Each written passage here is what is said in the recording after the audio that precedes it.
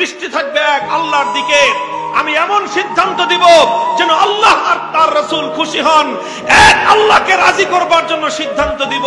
দুনিয়াতে আমার এই সিদ্ধান্তে কে নারাজ হবে আর কে বেজার হবে, কে খুশি হবে, সেটা পরোয়া করে যদি কোনো আলেম সিদ্ধান্ত দেয়, তাহলে সেই আলেম সে নবীর উত্তরাধিকারী হওয়ার যোগ্য নয়। আমি কত বড় আলেম হয়েছি, আমার মতো 10 লক্ষ মামুনুল হক জমা করলে ইমাম বুখারীর পায়ের ধুলাও হবে না। আমার মতো 20 কোটি মানুষ জমা করলে ইমামে আজম আবু হানিফা রাহমাতুল্লাহি আলাইহির পায়ের ধুলা হবে না।